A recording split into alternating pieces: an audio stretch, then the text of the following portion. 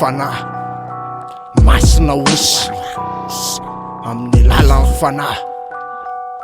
masina osy ito amitsoro ambarafara meta manompo ny fanahy eka osy makalazo ary fanahy ndreto fatotra efatra toko fanatitra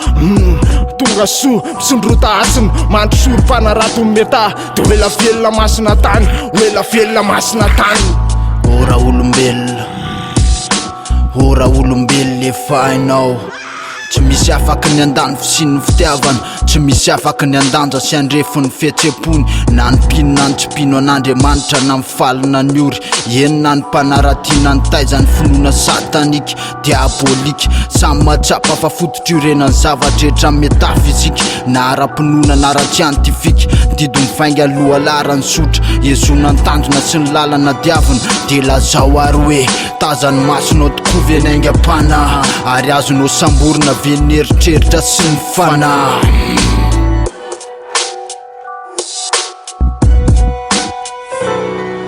amboaram-panantenana amin'ny rehetra amboaram-pandresena amin'ny zavatra rehetra metafisotra miady ho amin'ny tenany isara ho an'ny hafa fa marina amin'ny fanahy fa be sapanana samy hafa ho anasy ho any lahy sady lampamorona filaina ary fa ny anjara toerantsika te mpanjaka ny zavaboary samino arina vatana sy ny sisa fa misy antony olombelona matomena amin'ny fanahy mba hay andinika fa mifaina netin'izay mpimaso fa sao de tsy fobon'lahy ary aso mafy ny fahenjena mba ho tohatsay ekaranao makany ka mahay za mitsotry raha mbola eto atany fa raha ho avy ny fahavatesana ny vatana hitoetsao ambany rangolahy ny fanahy makivaky ny apakapaka satria efa navita ny tolona sy ny azakazaka de tsy oreo anoloan'ilay mozana tsy ho mitanily misapany eo ny lalana de ny fiadanana ary ny fijaliana